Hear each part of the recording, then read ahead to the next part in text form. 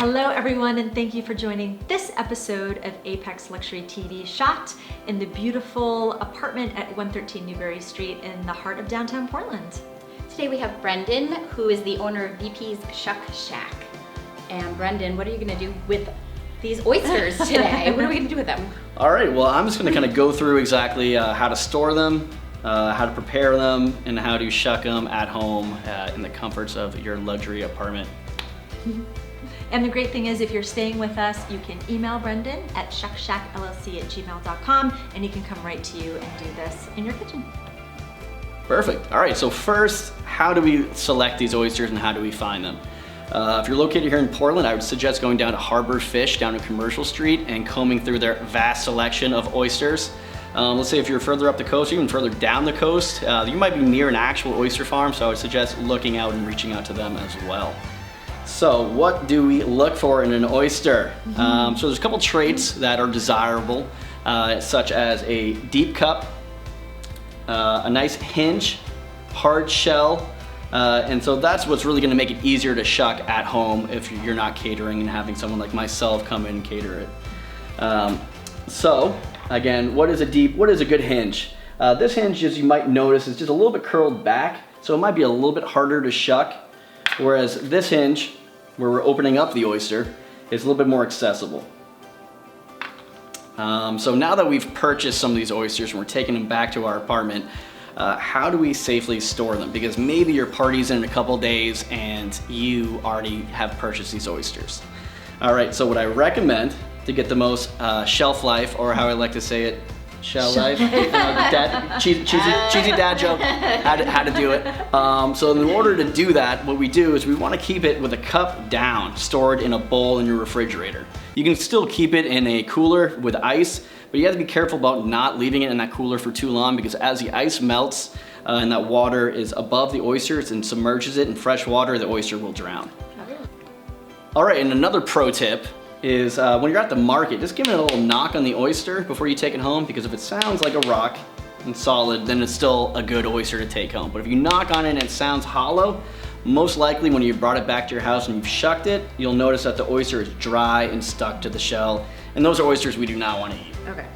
All right, we always want to have a nice juice, or what I like to call the liquor, inside of the oyster present when we shuck the oyster. Perfect, so let's jump into actually how to shuck an oyster. So I'm gonna be shucking it in hand right now, just so you get a better idea of how they are being shucked. But I would recommend, in the comforts of your home, definitely grabbing a towel, putting it on a hard surface, and shucking it, like so, and covering up your hands. Or also wearing a protective glove. But for the purpose of this video, I'm gonna shuck it in hand.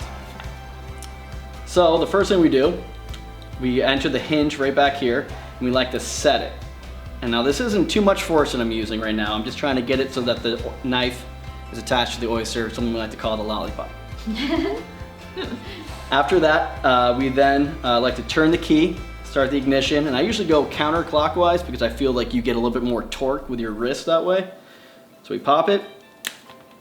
Now once we've got in here, this is a big tip, and I really want to place a lot of emphasis on it, is we really want to lift that top shell up.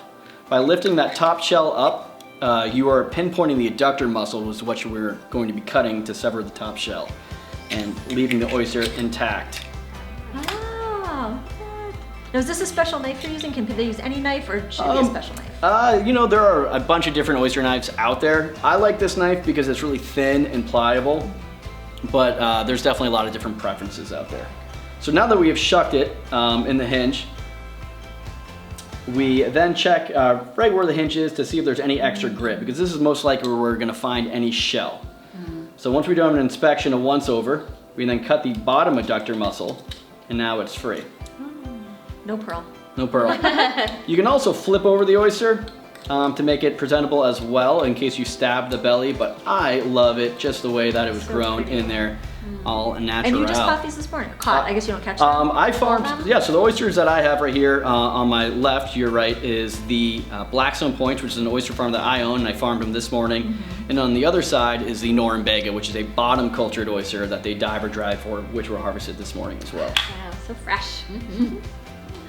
And you know how to get the shell off rather quickly, right? Because you won a competition a few times? Yes, I happen to be the 3-time state of Maine reigning oyster shucking champ.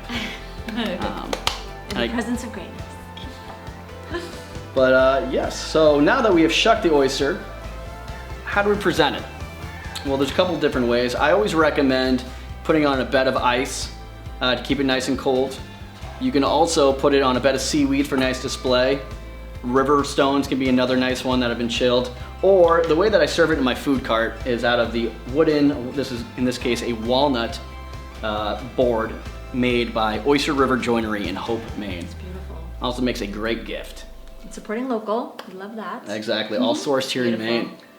Dipping sauces, let's move on to that. Yeah, so I always recommend eating your first oyster raw. So that way you know exactly the essence of the oyster, you know exactly how it tastes. But after that, it's pretty fun to dress it up. So, what do we have here today? We have just your classic French mignonette. So we have some chopped up shallots, some rice wine vinegar, some salt and pepper. Try and use freshly ground pepper too, just to get a little more flavor out of it, and a little sugar to sweeten it up. And we're going to mix that all in together. And while it's starting to mix, if you don't feel like doing this or you're short on time, you can buy them pre-made at most of the fish markets that you would buy your oysters at. So thank you so much for coming and showing us how to shuck our oysters and make a delicious mignonette.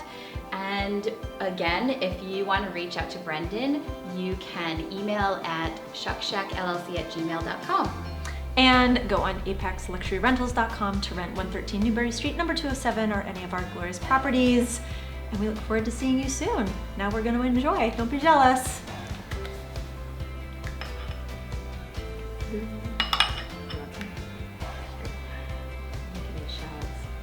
Find some pearls. Cheers. Cheers.